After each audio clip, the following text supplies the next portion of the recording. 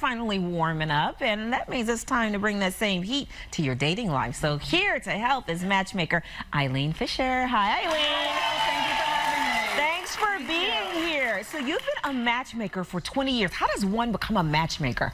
It just came to me. You know how an athlete becomes an athlete? Well, matchmaking just came right to me. I always did it. You did? I did. I used to go to people in bars and say, can I set you up? I just have it in me. Just like this intuition, right? Crazy. So much so that you met your husband because you were trying to set him up? Correct. Oh. Correct. And my brother.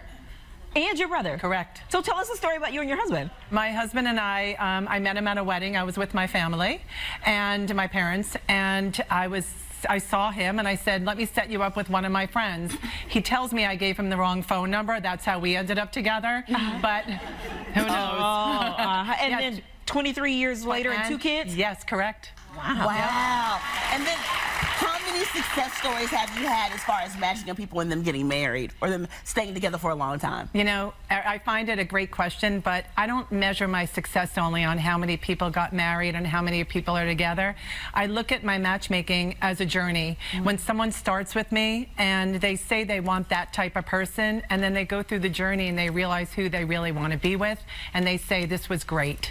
Wow. Well, you are here because you have 5 tips for us, and we're going to start with number 1. Great. This is stop dating your app and start dating people. Correct. What does that mean? Yes. Because isn't the app how you meet the people? No, no. When you're looking at an app, you're always on your phone. Your head is down, you're always doing this, you're on a magazine, and you're forgetting to look up and to get to know someone. Anybody can write whatever they want on an app. I can tell you I'm 6 foot tall, but you won't know that until you meet me. Right. Yes. So the problem with apps is everyone is just so busy that they're forgetting to connect to people in person. Oh my goodness. Are some apps better than others though? Because I find that some of the ones I've used, I have used some, when they're free, the men are worth nothing. Okay.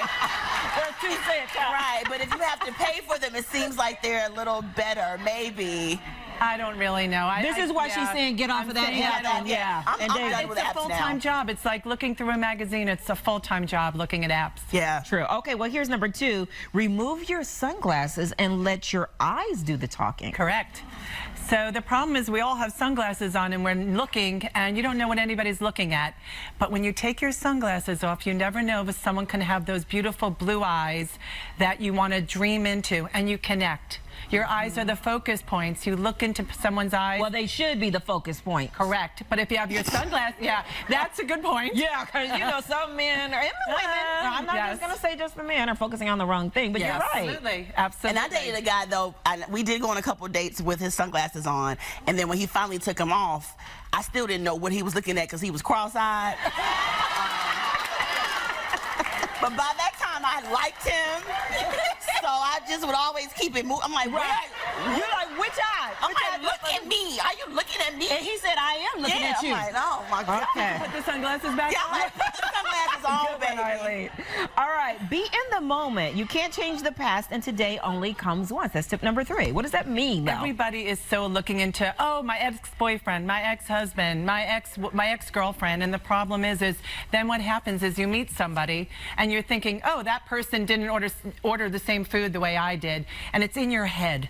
And if you release the past and if you let someone in the presence in your life, it's who you are today. So stop bringing up the exes on dates. Stop comparing and allow the right person to come in. Yeah, I've always heard never discuss your past with your future. Never, never. All right, texting emojis can be fun, but gets lost in translation. Oh, yes. Pick up the phone and call. Yes. Up the phone Yes. and call. Goodness. So how many times have you even had a fight with your girlfriend because she said something and you want to throw your phone? Yes. Because you're reading it the way you're interpreting it. And if you don't write that smiley emoji or something, then you don't understand. So sometimes people write stuff and you're like, what? And they become too long-winded. Pick up the phone and say it. I'm serious. Yeah, oh, they agree. Yeah, they agree. Yeah. All right, well, we got a question from an audience member. She says, can a cheater eventually be monogamous? I Absolutely. Oh, there she is, Mel. Oh, I yes. asked your question for you. I didn't know you had a mic. You ask it. Well, after you find out someone's a cheater, can they eventually be monogamous? Like, can they end that cheating life? I actually think they can. I think that a cheater cheats because they're missing something in their life, and a lot of it is communication. You meet someone, and they don't really know who and what you are.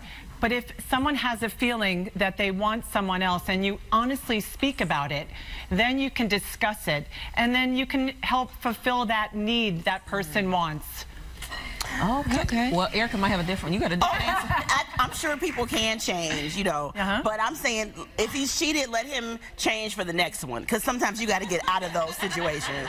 So it depends on what kind of cheating did he do. What? We'll finish that one in the commercial break. But big thanks to Erica. Check her new dating and relationship podcast, Get in the Game, next month on iTunes. Hey, if you like that video, be sure to subscribe to our ABC7 Chicago YouTube channel.